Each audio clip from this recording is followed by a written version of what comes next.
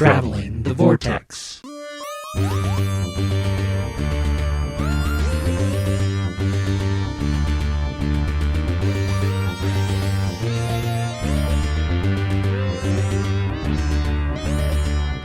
We've joined the Doctor as he travels the Vortex and arrive at episode 467, Look Out for Murder Toilets. I'm Keith.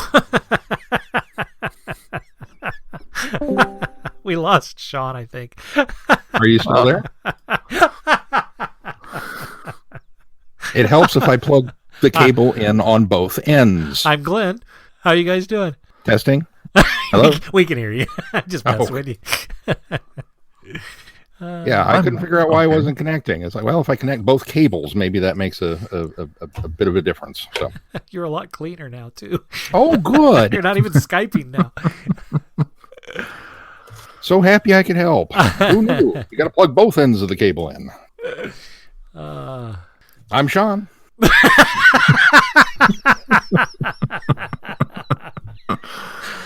Did you miss us? Okay. We've gotten rusty. How have you guys been? You want to go again? I'm fine, but either way. I don't think he heard my open. No, so. I don't think he did. It was good, too. I don't was know completely unplugged. I so do no, not know didn't that hear you will anything. get the reaction out of me that you did, Keith. Probably not. Well, I'll tell you what, just keep rolling and you do the intro again and then I'll laugh and you get both of them. Just splice them together. I don't know. Now the pressure is probably too great. I may not think it's all that in a bag of chips. Let's just keep going.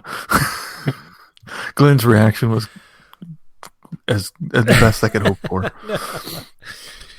Well, you dear guys doing? listener, you're now ahead of me. I will have to go back and listen to this after it's been edited, so I will be on the same page as you. If you're listening to this, you've heard it before I have. Did you guys do anything fun this week? I fought with my internet. Right up until this show. A near thing. Keith, did you watch I anything? finished watching Star Wars Resistance.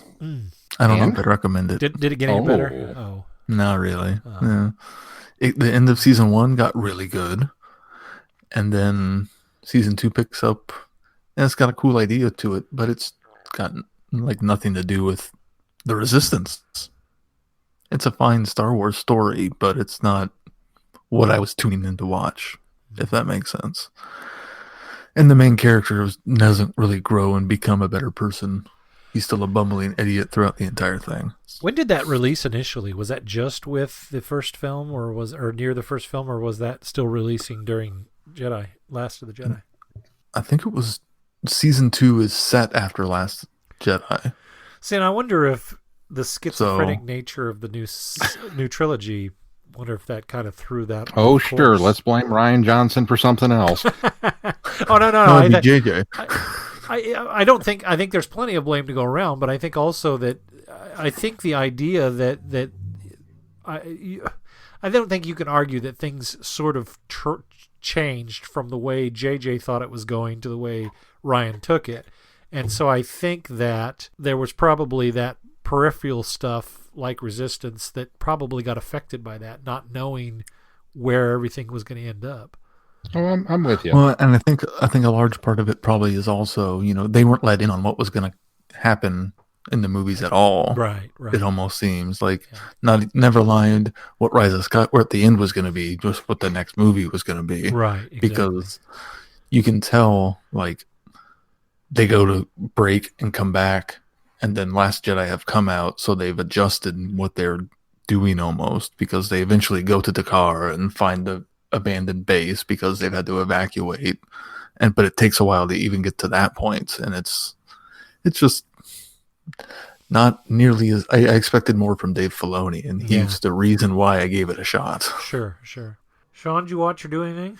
Getting my my Halloween groove on, as it's that time of year, and watched Scary Stories to Tell in the Dark from last year. Anybody seen that one? I haven't. It's on my watch list now. I was pretty impressed. It's a very effective, very scary kind of movie for being what amounts to, based on a young teen kind of Goosebumps. Mm-hmm. And it's a PG-13 rating, but you wouldn't necessarily know it. Now, I'm a pushover. I'll freely admit that. So. Well, that's what I've heard, though, is that they do a nice job of skirting that line without going over it. I don't know, maybe because I was a kid when I read those. Those were scarier than Goosebumps. Well, yeah, I was going to say they've always been touted as being much scarier than even Goosebumps were. I believe it, because, that's when it was pretty good. And then we finished season 1 of Avatar and are working into season 2 and enjoying it immensely. And Shai and I have also started She-Ra and the Princesses of Power, which might just be the second greatest thing ever. It is an absolute blast. It is a lot of fun. There are some great characters, and I laugh every episode unexpectedly. Oh, wow. This is not your Mama She-Ra. I'll just say that. So, we're having fun. Yeah, we've kind of got our Halloween groove on too. We got decorations up over the weekend, and then I started reading. I actually started reading a couple of weeks ago, but I went back and I've started reading Tomb of Dracula, which was a Marvel series from the 1970s. I think it started in 72, maybe. They've got them collected. I think the first 10 is in the volume that I have now, 10 or 12 issues, which is pretty kind of interesting. I had forgotten how narrative comics felt they needed to be back then, in that they're explaining everything that they're doing. It's almost like watching an audiobook. Was they're explaining everything that they're doing, and I think the art is good enough to convey what's happening here. You don't have to say what is happening as well. But I think that was more or less a way for the writers to convey to the artists what needed to be drawn there. But it's good. It's interesting. It's a lot of fun. I had read some of the back issues over the years, but I'd never gone from issue 1 to, I think that series, the first iteration of that ran until 79 or 80, maybe even. So it's good. I'm enjoying it. It's a kind of a throwback to the old school comics, but it's good. And then the other thing we did, and I had just recently, I didn't know about this until recently, but just stumbled across, I guess, Rankin Bass, who did the Rudolph the Red-Nosed Reindeer, Frosty the Snowman. I guess in the 1970s, early 70s, they tried to do a TV series, and I think it was called Family Classics or something like that. I don't think it got off the ground. They had intended to do a lot of classic novels, or like classic books, Alice in Wonderland, those kind of things. Well, the one that they did do that ties into Halloween is called Jack-O-Lantern. And it's a traditional animation, so it's not stop motion like most of theirs. It actually looks more like Frosty the Snowman. But it's a weird... I'm not even sure it was like designed to be a Halloween story. But, well, the reason I say that is because it's these kids that find a pumpkin and they carve the pumpkin in order to make a scarecrow, and find out that the pumpkin that they've grabbed is the pumpkin home of a leprechaun who's living in it. What is with Rankin Bass and this leprechaun? I know, right? Anyway, this leprechaun apparently lives in this jack-o'-lantern, and then when it becomes, he's magical, so they make him the scarecrow, he's got like a pumpkin head and everything, and the crops in this place are dying, and they blame the farmers blame bad spirits, and Jack reveals that it is dark spirits. It's demons and this particular witch and a warlock. And Jack ends up having this battle with this witch and this warlock and these like really poorly drawn like ghosts and demons that they keep referring to as demons. It's interesting to say the least. It is not on par with a lot of Rankin Bass stuff, but it is. You're really selling it to me, Glenn. You can find it on YouTube if you want to check it out, and it's only it's traditional length, only for like Frosty was like 23-24 minutes. It's about that long, so that's about as much as I could tolerate of it. But I don't know that it'll become a yearly viewing choice for me, but I'm glad I stumbled across it. All right, well, let's move on to news. A couple of bits of news this week. Just today, actually, BBC announced a new Blu-ray box set that ties into Time Lord Victorious. It is a collection of several stories, classic and new, that act as a road to the dark times. Ooh. Yeah, the stories What's featured. included? The stories featured in the Blu-ray are Planet of the Daleks, which was a third Doctor story; Genesis of the Daleks, which is the fourth Doctor story; The Deadly Assassin, which again is a fourth Doctor story; State of Decay, another fourth Doctor story; Curse of Fenric, which is a seventh Doctor story; Runaway Bride, which was a 10th Doctor story; and Waters of Mars, which is also a 10th Doctor story. I think what's interesting about this is that inside it has a guide from kind of the producer of the Time Lord Victorious series that kind of explains a longer narrative of how they fit, or how they fit into the longer narrative of Time Lord Victorious. That I And think most is really importantly, for those of you like myself that are maybe missing a certain episode, like Curse of Fenric, here's another opportunity to get it. cool. So now you can get it twice on Blu-ray, I know. and Sean doesn't have it once on DVD. I don't even have it once on DVD yet. I think the thing that worries me about this is, and probably because it does not say anything about U.S. release, right now, I believe that 9th of November release is UK only. And I don't see Yeah, I think so, anywhere too. where it says that this will be a Region 1 release. So this may not be your opportunity to get it unless you have a Region Free player. Well, it kind of makes me wonder, too, from the standpoint that Paramount did this with Star Trek. They released the DVD box sets of, like, holodecks. And so they just crammed a whole bunch of holodeck adventures onto a 3-disc set, or a Q, and they did all the Q stories, or the Borg, and that kind of thing. And it kind of makes me wonder if this isn't the first volley in an attempt to maybe repackage some of these things. Like, we're going to get a Dalek set. We're going to get they've done a little bit of that over in the UK, but I could see, because we Americans like our box sets. Yeah, no, I don't. Yeah, that could be. I mean, they certainly have packaged up Doctor Who stories before with Daleks and Cybermen and things like that. But I think you're right, Sean. I think that's always sort of been more of a targeted to the U.S. audience for people that aren't necessarily going to pick up an entire series, but might pick up, a few episodes that are boxed together and themed. The River Song Chronicles. Yeah. Yeah. Is the Planet of the Daleks on that Pertwee box set previously? Is this the first time Planet of the Daleks is on Blu-ray? Let me reach over here and I'll find out. As Clinton pulls it off the shelf. It is, in fact, on the John Pertwee Complete Season 4 box set. Okay, I couldn't remember what season it was. That's That's the other interesting thing about this is all of these are already out on Blu-ray. Yeah. It's not interesting to me. I think that they knew that they had these available, and that's why they chose these. Makes me wonder how much some of them really connect to Well, the dark times.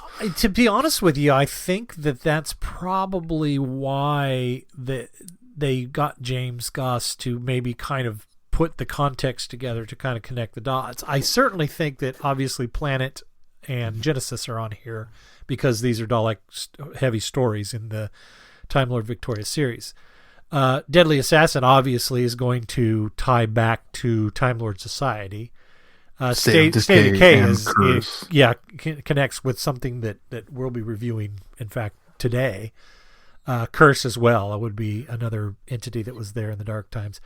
Runaway Bride, I think, only is on there because those are really the first glimpses we get of 10 going into Time Lord Victorious mode when Dawn is calling him off. And then Waters of Mars, obviously, is, I think, the kind of, to me, Waters of Mars is the catalyst for this entire Time Lord Victorious series. So I think it's actually a good selection, even though it was probably out of convenience that they already had these, ready for Blu-ray. I think that this is a good set in order to, especially with Goss providing a narrative to kind of connect the dots. I think I need to refresh myself on Planet of the Daleks to really know for sure if I think it really belongs or if it's just loosely connected because it's a Dalek. Well, I think it is. I think those are the two that are, because I think they wanted two Dalek stories because the Daleks are featured. I think they wanted. They sell. What's that? And they sell. Yeah. Exactly. And I think that they wanted Deadly Assassin, obviously, because it connects Time Lord Society. And then as we said, with State of Decay and Curse of Fenric, they are stories that are, at least rooted in Dark Time characters. So yeah. That's it. I don't think I'll run out and buy this, obviously, because I own everything. I own everything in this set already on Blu-ray. So it doesn't make any sense for me to get them. But I would be interested to have, or at least view the guide from Goss that kind of connects. Oh yeah. So I definitely want to read that. If there was a way to get a hold of that, that'd be cool. Well, they had another little announcement, didn't they, Keith? Yes, they have announced a new audio drama to be a part of Time Lord Victorious. This one features the Fourth Doctor in a story called Genetics of the Daleks, written by Jonathan Morris. We like Jonathan Morris. Yeah. And this one features as a prequel to the escape room story, A Dalek Awakens. Yeah. Does it say, is that a full audio, Keith, or is it a short trip, or do we know? It doesn't really specify, so I'm assuming it's at least an hour. It's only like $8.99 on the website, so I don't know if that gives you any indication of length. It says full cast audio drama, so again, that doesn't necessarily mean it's 60 minutes. Yeah, it does. Well, it doesn't. I just double checked it. Okay, as I say, that doesn't really translate into length, but full cast audio drama tells me it's not going to be Tom doing all the characters. Right. No, it's probably more in line with the Fourth Doctor adventures, kind of. Yes. Yeah. What's the date on that? Sometime in December 2020. Making me wait. The nice thing about the time, going back to the Blu-ray, the price point for this box set in the UK is only $22.99. So it's significantly lower than the actual season box sets. Well, it is, but all you're getting are the episodes. Are those stories. Yeah, are those and stories. The book, right. So yeah, that doesn't surprise me. I mean, it's Blu-ray, and it's also, it's up-converted video, but it's still not, you know what I mean? They've up-converted the video, but it's still not Blu-ray quality, so it still doesn't require a lot of room. You can probably get it on 3 discs, In fact, the Tenet ones are only an hour long. Well, were the specials It still seems like an awful lot of material, though, for only $20. Oh no, I'm not underselling the quality here, but my point is it's not taking them a lot to do this. You know what I mean? Yeah. Oh no. Yeah. No. Oh yeah. They're not investing a lot of money in order to do this, so the return. No, neither did Paramount with those box sets. Right. So the return on it doesn't have to be huge, which I appreciate. So very cool. All right, well, let's move on to our reviews. I don't have a synopsis for the first thing. Yeah, I don't think it's very easy to get a synopsis for the first thing since it was a short story. Do you want to give a little setup on where that came from, though? Go for it. I'm still not entirely clear where it came from. Okay, so this is a short story that was released with the if you signed up for the Doctor Who newsletter from DoctorWho.tv, you got a special passcode basically that unlocked the story of the dawn of the, how do you say it, Kotturuh. Them folk. Yeah.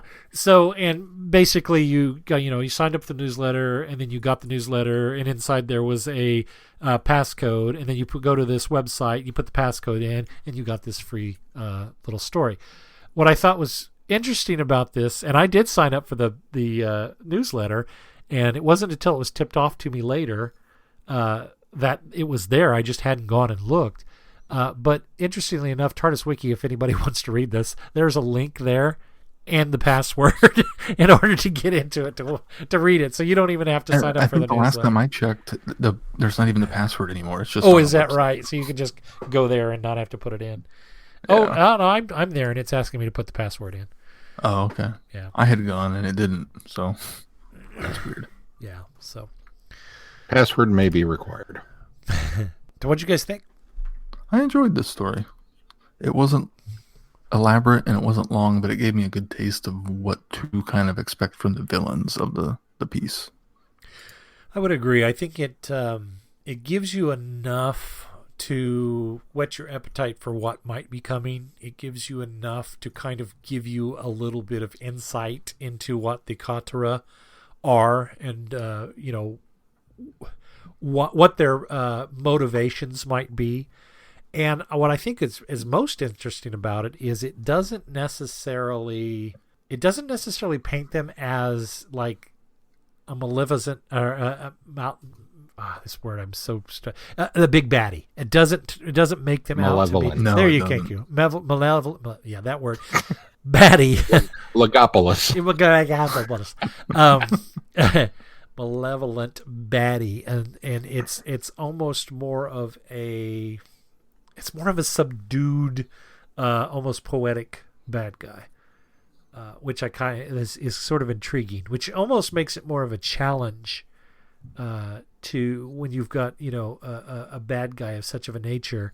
It almost makes it more of a challenge of how do you counter a species or a group like this. Yeah, I've always liked villains like this where they are very even keeled and feel like they're doing good, even though they're really not.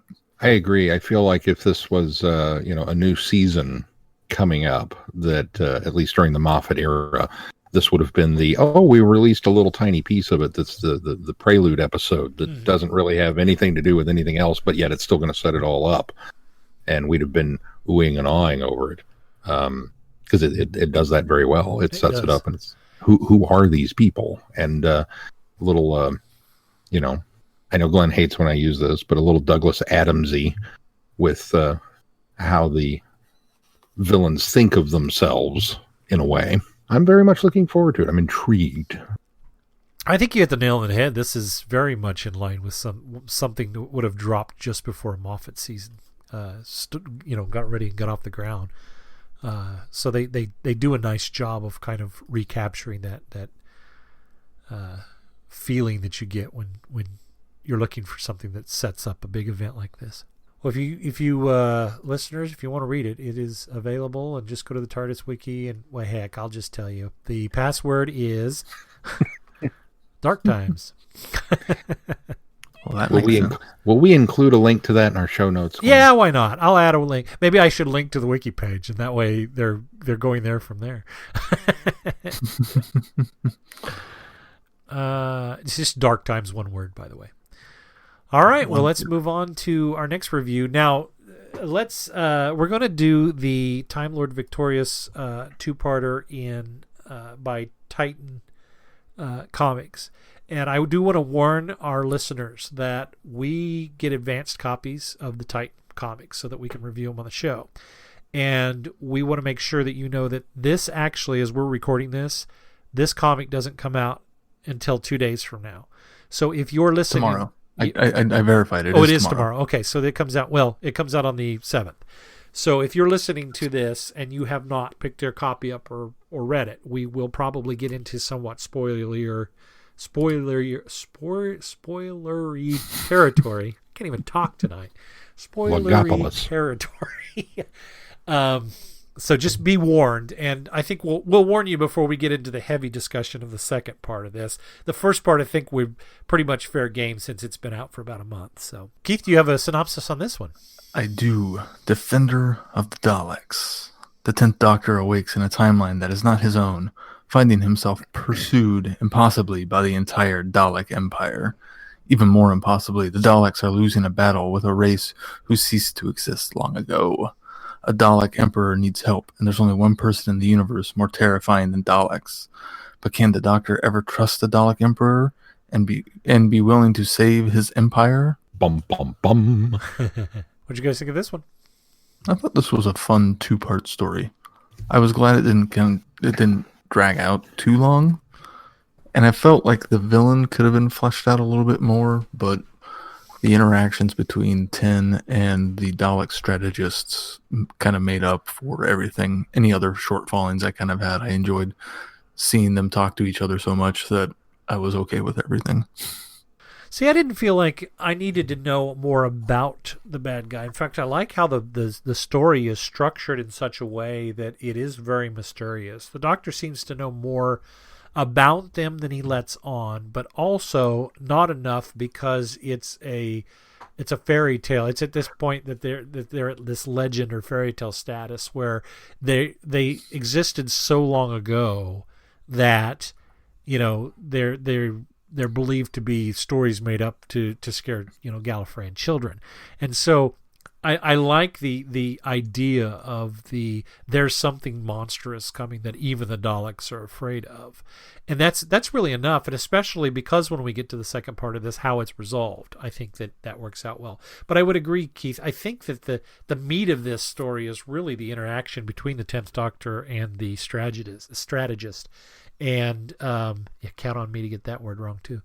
And their interaction, just the setup to this is really good. That the Doctor shows up, or he doesn't even show up. He keeps going to these places, and the Daleks keep turning up, and so he finally gives in and goes, "Okay, what do you guys want?" And they tell him that he's being summoned and they need his help. And so he's brought before the Emperor, and there's this interplay between he and the Daleks that is, I think, crafted very well here, because he's very untrusting of the Daleks, but the Daleks are very convincing in the way that they need his help. They're asking for his help. And I think that the dynamic between the two, between the Doctor and the Daleks and the Dalek Emperor in the beginning, and then later as he and the Dalek strategist kind of go off and embark on this adventure to unlock the vault with all the weapons in it. I love the dynamic there. I think it's an interesting thing, and it's not something that hasn't been done before, because in Asylum of the Daleks, the Daleks basically employ the Doctor to help them. So it's not a new idea, but I think the interplay in this is done so well, and it's written so well. Now, I'm going to say this right now. I think the first story does a really good job of conveying the 10th Doctor. It's got his voice, it's got his mannerisms, and it's got his personality. By the second book, I felt like the author was trying too hard to continue those mannerisms. It's almost like the second book drove it too far. Does that make sense? It's almost like I totally agree with you. There was enough of it in this book that once you got to the second one, it felt like it was being overdone. Yeah, I totally agree with you. I think as with many things, the first part was maybe a little better. The setup was more satisfactory than the resolution. And while I appreciate the mystery of who and what these things are, working under the assumption that we're probably not going to get them back, that this was just a one-off villain for this particular comic, only to, the comic itself sets up this greater paradox. These were just the villains of this particular chapter of it. Having said that, I kind of wish the comic had a third part. Not because it needed to be longer, but just because I felt it would have been paced better. I felt like, especially in that second part, it felt like there was a lot that was kind of crammed in there, and yet a lot that we weren't getting explained. And I think a third part would have alleviated some of the pacing of that and allowed the story to breathe some. I think a lot of that comes down to the fact that we hadn't read the stories previous to this. Yeah, because there's Titan comics where 10 and 13 are together, and that's all I chalked the paradox conversation up to. Other than, something dragged him to this alternate timeline. That aspect needs to be explored. Yeah. I just assumed that was a generic, I think the anytime you meet each other, paradox problems. Okay, Yeah. I was actually glad, because a lot of times I'll skip over this. I was glad that I read the previously page at the beginning to kind of catch up, and I think what caught my eye was the fact, and I think Keith had reported this back on our podcast a while back that 10 However long ago. yeah, that 10 and 13 were coming together in the comics. But what caught my eye was when I was flipping through and I went, oh, wait a minute, previously, and I saw 13th Doctor and 10th Doctor, and that keyed me into, oh, wait a minute, I sort of remember that they were going to meet in the comics. And so I had read the previously, which kind of led me into the fact that he had just left, having been with the 13th Doctor. And so the end of this, while a little bit surprising that she returned, was not spoilers, was not as much of a shock. We're getting into the spoilers of the second story, but was not as much of a shock to me, but was still surprising because I thought, okay, well, they've obviously wrapped up whatever storyline they had together before this particular story anyway. That's what I thought too. So it wasn't so jarring for me to have all of that paradoxical discussion, but I think it served as a nice treat for anybody that just picked these up and hadn't read them, because when 13 shows up, it's kind of when they set this whole Time Lord Victorious thing up, they pretty much sold it as 8, 9, and 10 together for this one thing. And I think that's still going to be the meat of it. But now we're sprinkling in 13. We're sprinkling in 4 with the announcement of the new audio that's coming out. I wouldn't be surprised, especially because of what they've chosen for the Time Lord Victorious collection for the Blu-rays. I wouldn't be surprised if we didn't see something 7th Doctor related. Maybe that dies in with Fenric. And then this may be a stretch, but even getting the 3rd Doctor in there, since they've included Planet of the Daleks, maybe we'll get a October surprise on that as well. It's possible. Well, and when you look at the breakdown in that Doctor Who magazine, I thought there was a reference to the 13th Doctor, but now I don't see it, so never mind.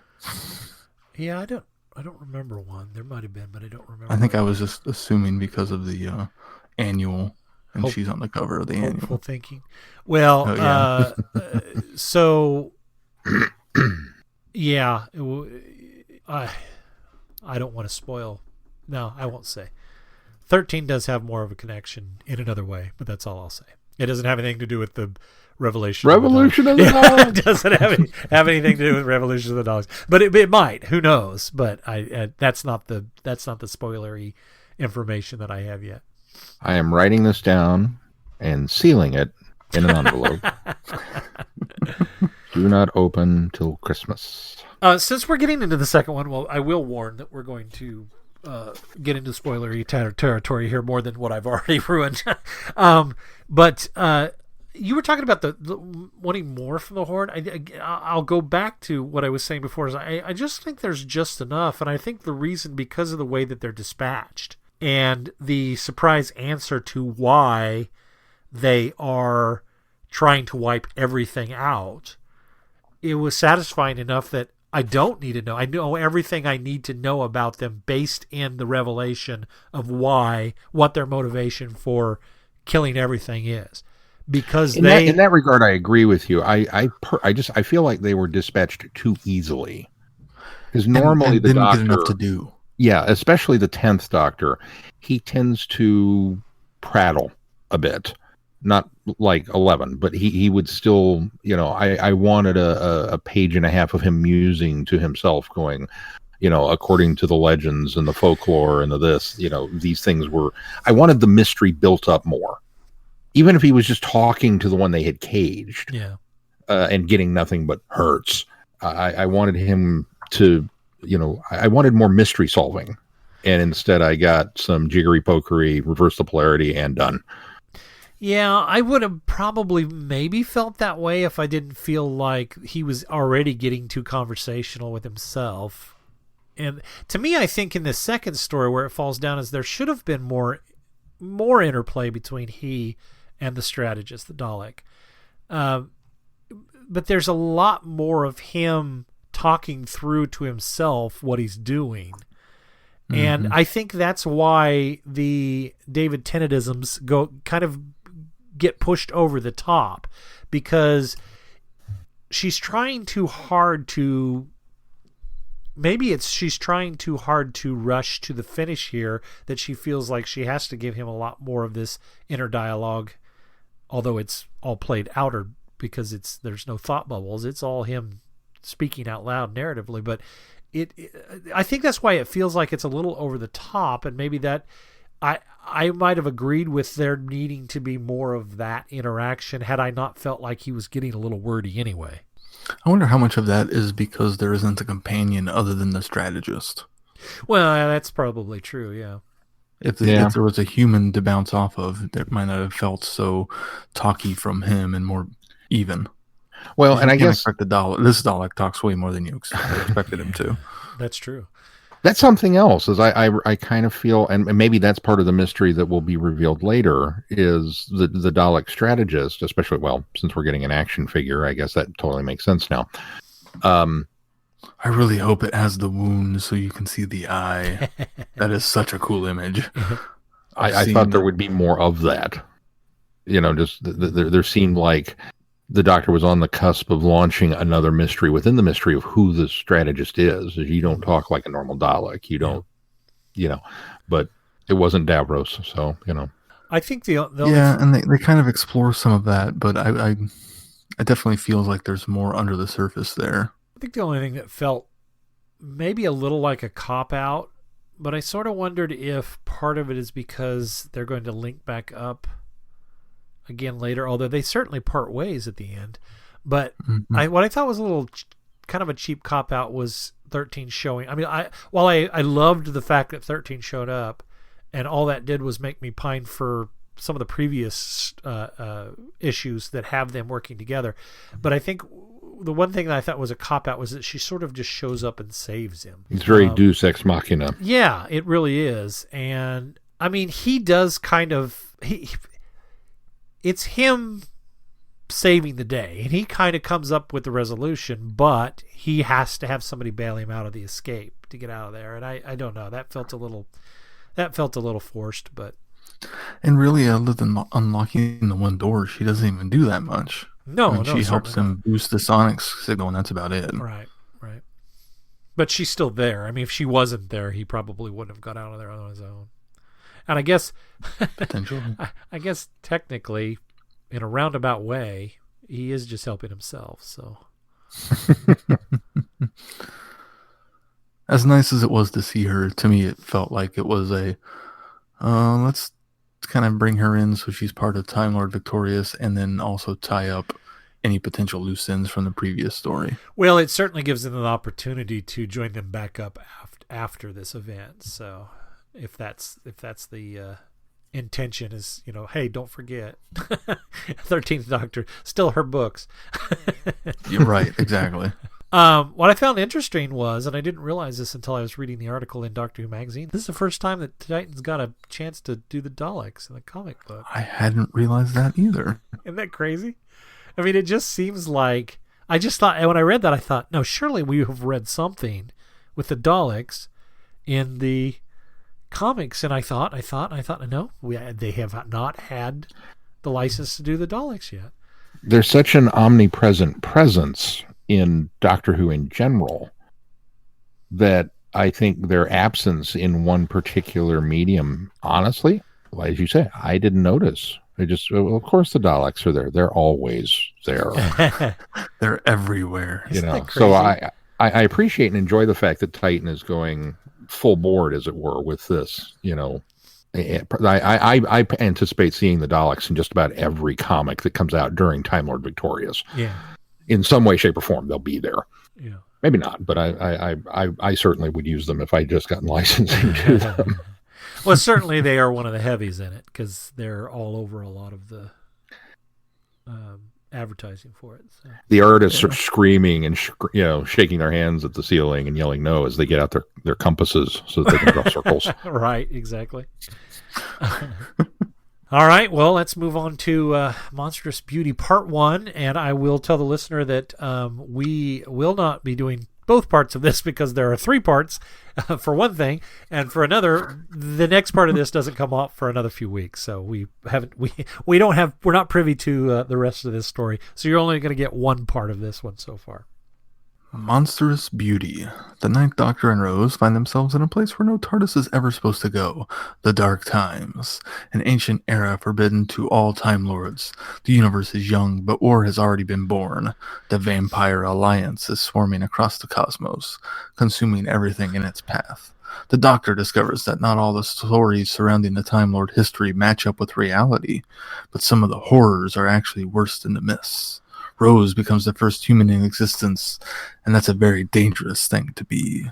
Boy, that is a spoilery synopsis. That's from the official website, that too. That is way spoilery. Wow, I'm glad I didn't read that ahead of time. I mean, it was because I thought it was quite a nice surprise to have the vampires show up in this story. I mean, it is relatively... And pre-Time Lords. It is relatively early on, and you do figure that out early on, but I thought it was kind of a nice little, this is going to have vampires from the Dark Times. But if I'd have read that, I'd have gone, I bet this story will eventually have vampires from the Dark Times. Yeah, having not read it, the revelations are just constant of, what?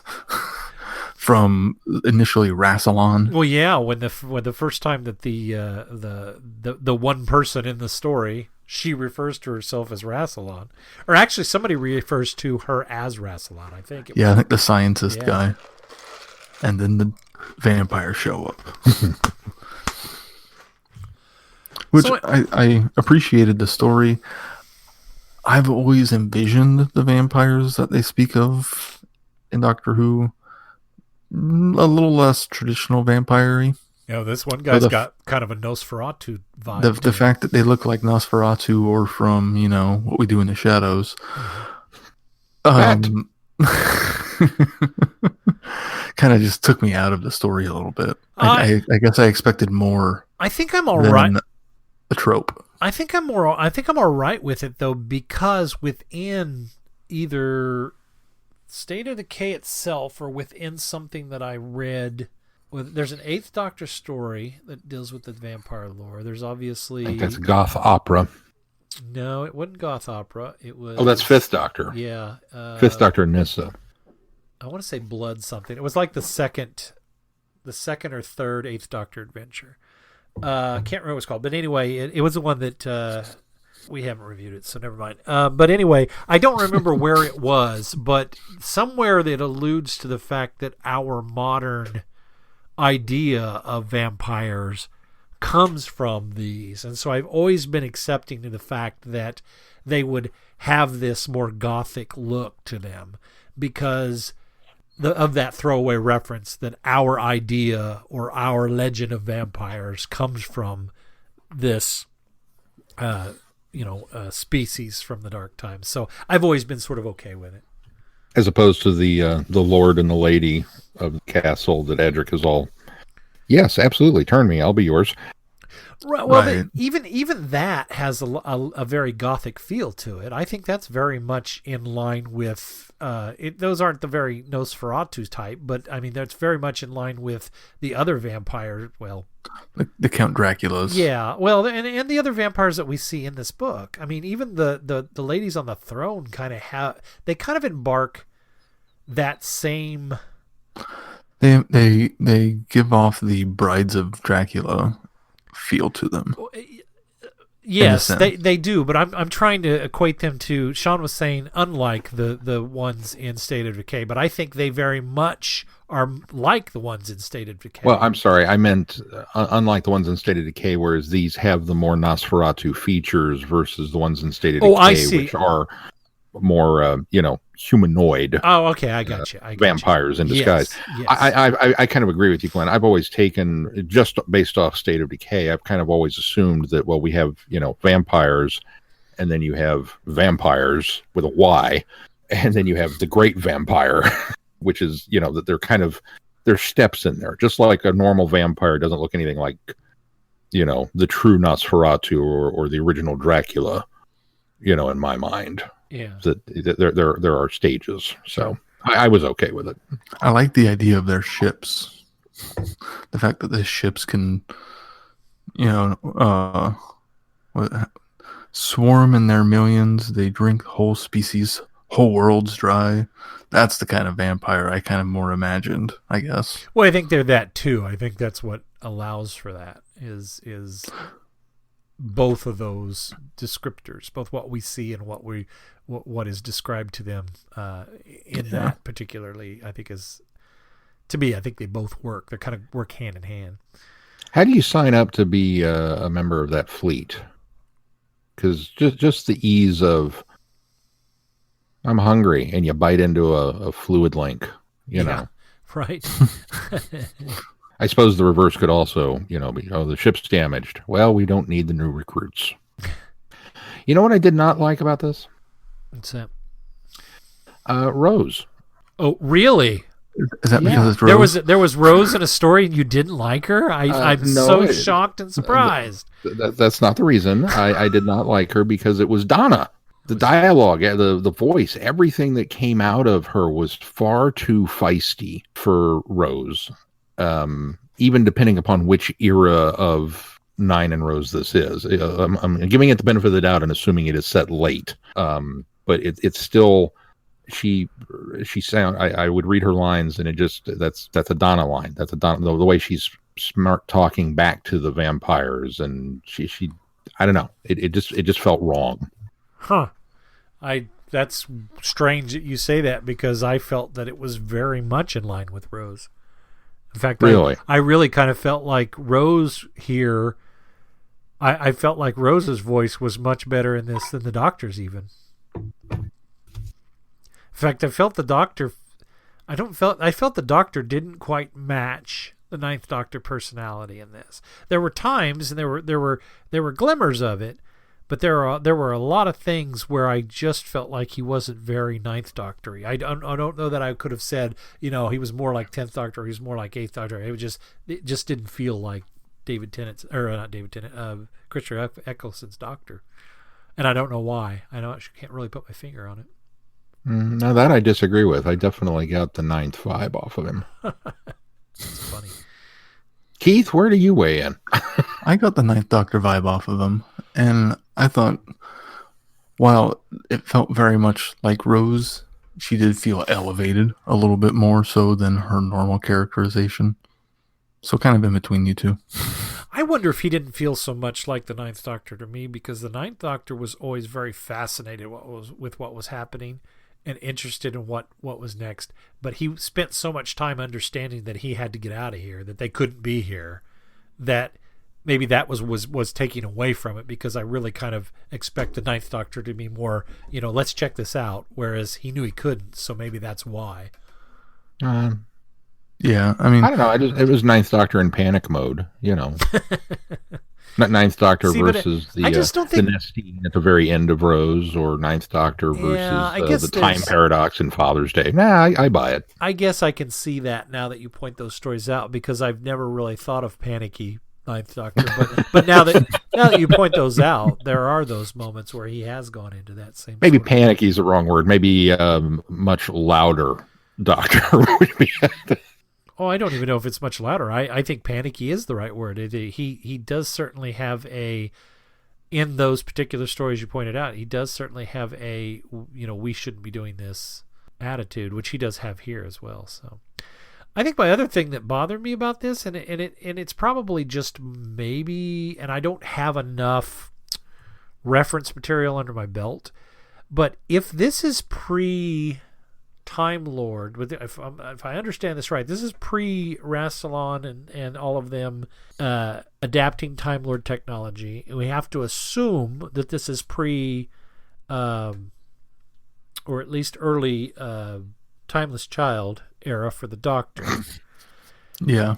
Rassilon being a woman is very counter to a lot of stuff that has. I appreciate that they did it. Don't get me wrong, and I think that it was an interesting step to make Rassilon a woman in this. If indeed this is the same Rassilon that becomes High President of Gallifrey, but it flies in the face of a lot of the material that has come before that has Rassilon as a male, even in the Dark Times.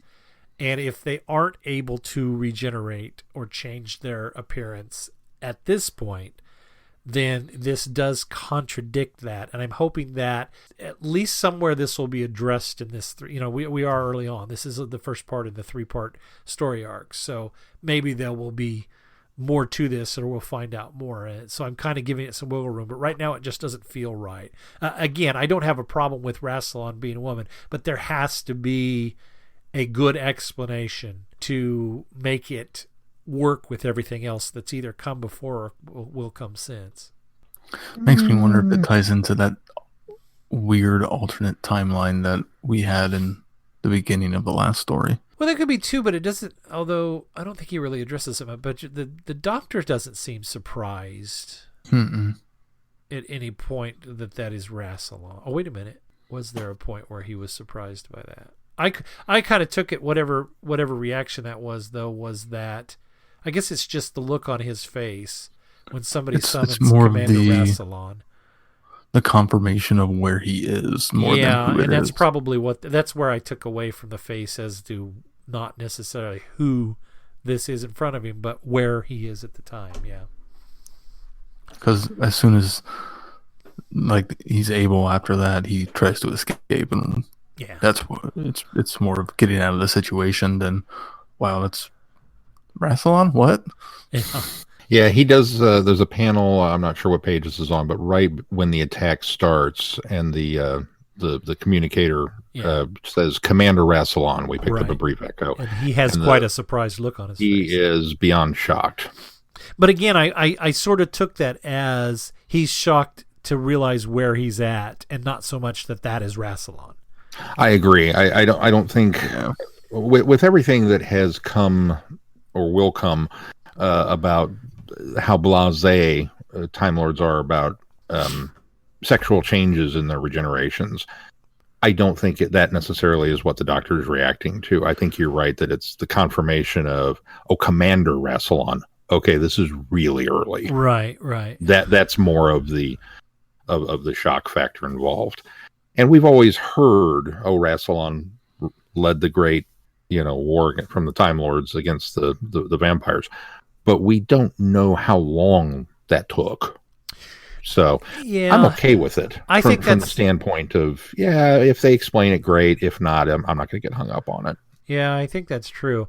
On the other hand, though, again, where do we throw in the idea that the Time Lords had figured out regeneration? I guess that's my problem, is I'm looking for more of a timestamp of where this is. Point. Yeah, and I want to know, I guess, again, there are 2 more parts that maybe will flesh that out, and maybe I shouldn't concern myself until we get to the end of the 3rd part, and they haven't identified. Well, this is obviously set before that. Well, and TARDIS Wiki points out that this isn't the first instance where somebody's referred to Rassilon being a woman in his first incarnation.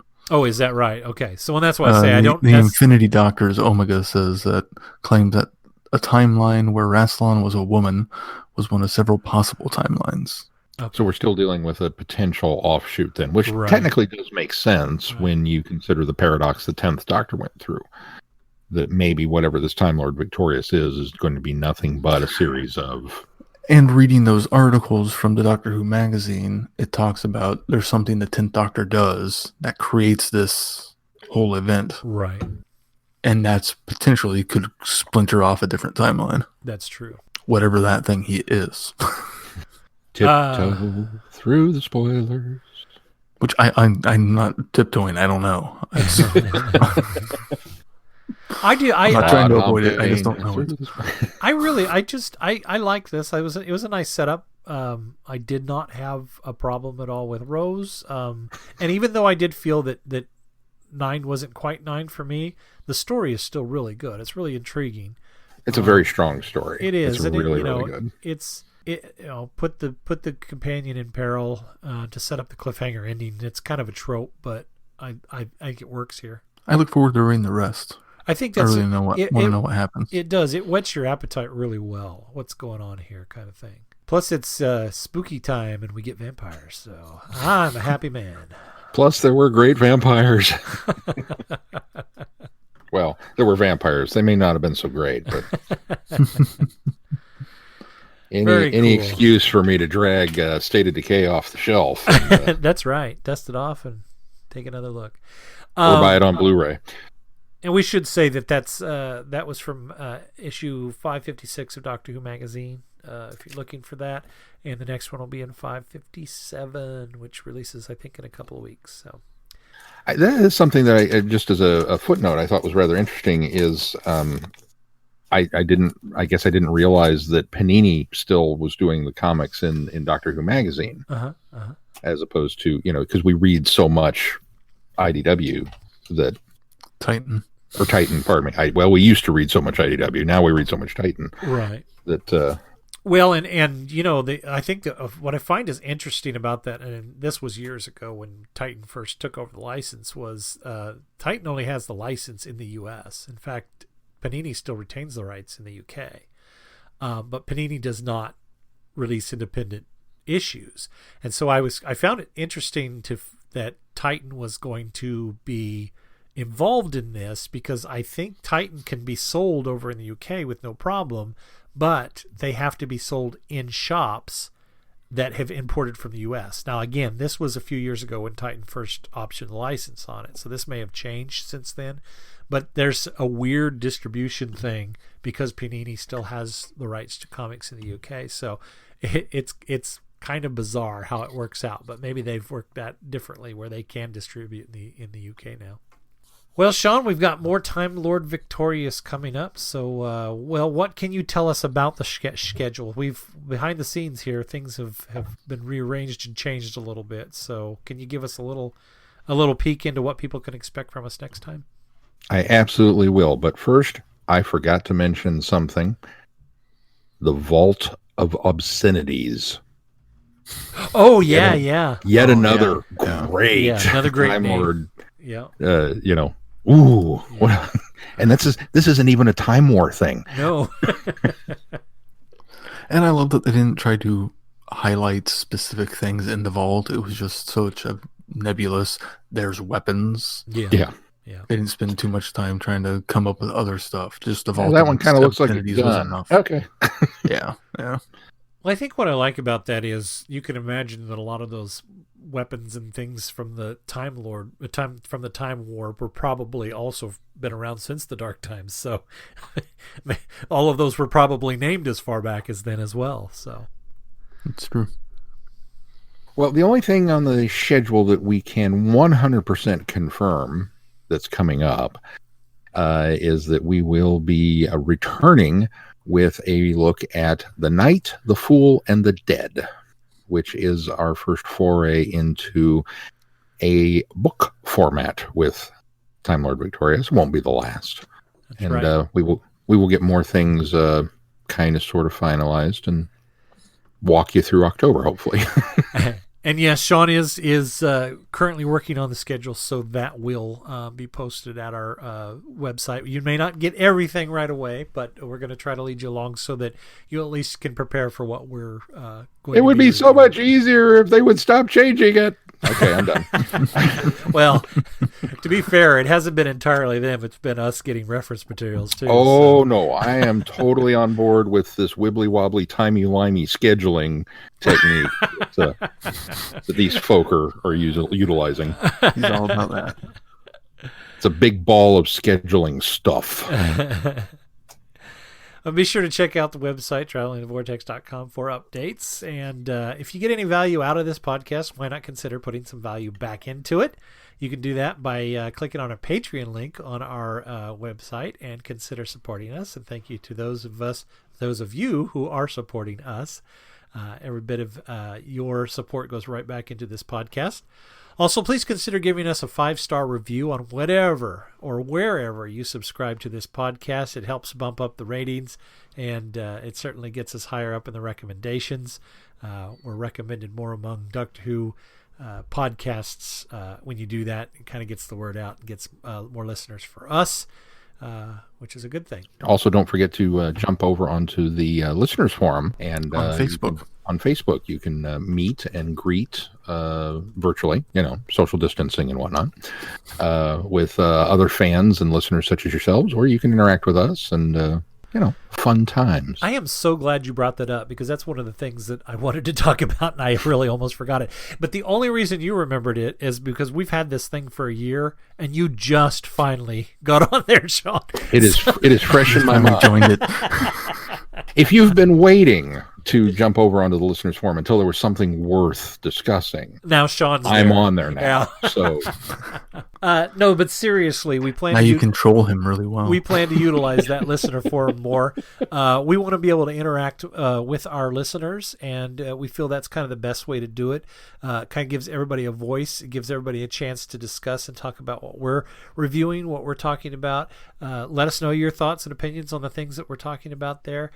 It's a lot of fun. You can find that by going to our Traveling the Vortex Facebook page, and there'll be a link on there. And I think you do have to join, but anybody is welcome to join. Anything else that I may have missed that we need to talk about? be nice to each other. All right. If that's going to do it for this time, until next time, I'm Glenn. I'm Sean. No, I'm Keith. Cheers. Good night, everybody. Be seeing you. Thanks for listening. Are you sure you can't give me a hint as to what your open was? Murder toilets.